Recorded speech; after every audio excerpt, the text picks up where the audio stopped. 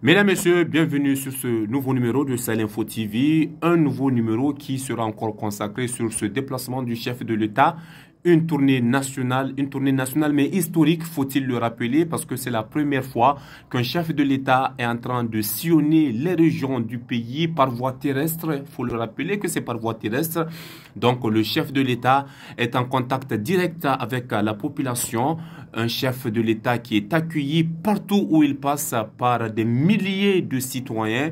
Alors, nous revenons ici sur ce passage du président de la République à Agadez, où son message résonne fort sur la souveraineté du Niger et la nationalisation de l'uranium qui continue de susciter des réactions, alors que le chef de l'État promet une nouvelle ère où les richesses minières profiteront enfin aux Nigériens. La société civile se mobilise.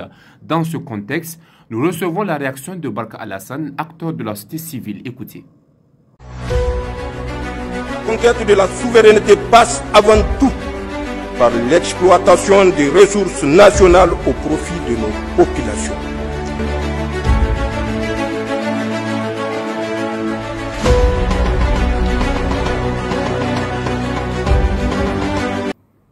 D'abord, peut-être qu'il ne faut même pas nationaliser les sociétés minières, mais il faut ouvrir le capital de ces sociétés minières à des Nigériens. L'État du Niger et les nationaux aussi détiennent 51%. Le tour est déjà joué. Ça veut dire que ça va profiter au pays parce que l'argent va rester au pays et que peut-être qu'il faut prendre une autre mesure et que l'iranat n'est plus exporté. Il faut d'abord peut-être l'enrichir sur place. Et quand on l'enrichit sur place, c'est en ce moment que on peut l'exploiter, on peut l'exporter. Ce qui veut dire qu'il y a une création de la valeur ajoutée sur place et les revenus seront encore plus substantiels. Mais peut-être qu'il faut prendre un texte de loi qui dit que toute société minière présente au Niger doit être détenue avec les nationaux et l'État du Niger à 51%. C'est surtout la forme des sociétés, la forme juridique des sociétés, qui constitue aussi l'une des raisons, l'une des raisons manifestes du manque de profit des ressources naturelles au pays du Niger, parce que ce sont des sociétés qui fonctionnent avec un truc d'assemblée générale où l'État est mis en minorité et où c'est l'opérateur économique, c'est l'opérateur, celui qui détient la plus grande part du capital, c'est lui qui décide. Et celui qui fait tout, l'État du Niger ne peut que subir. Quand on prend l'exemple des sociétés détenues par Orano, l'État avait une minorité de blocage. Il y a un certain nombre de fonctionnaires qui sont nommés par l'État. Mais qu'est-ce qui se passe? À la fin, ces fonctionnaires-là deviennent les trucs de la société. Ils deviennent, puisque c'est la société qui paie leur salaire, ils ne font que la politique.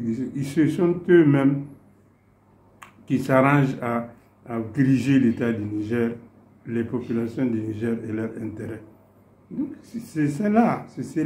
Mais quand le capital est détenu à 51% par l'État du Niger, et des Nigériens qui auront un droit de regard sur les opérations, sur les dépenses, sur les investissements et sur tout ça là. Donc ça veut dire que c'est vraiment de tout rejouer. Parce que souvent, quand on va jusqu'à la nationalisation, il y a des conséquences qui viennent après. Mais il faut prendre la mesure courageuse de dire que toutes les sociétés minières qui sont présentes au Niger aujourd'hui doivent être détenues à 51% par l'État du Niger et le privé nigérien. C'est cela, ça se comprend, c'est dans le cadre de la refondation et c'est dans le cadre de la souveraineté et sur les ressources nationales et c'est dans le cadre de l'intérêt général des populations. Et c'est cela, le tour est vraiment joué. Mais sinon, en ce qui concerne l'annonce, Mais c'est une bonne annonce. C'est une très bonne annonce et que tous les Nigériens doivent accompagner le président de la République et chef de l'État dans cet élan de refondation et dans cet élan d'asseoir la souveraineté sur nos richesses naturelles.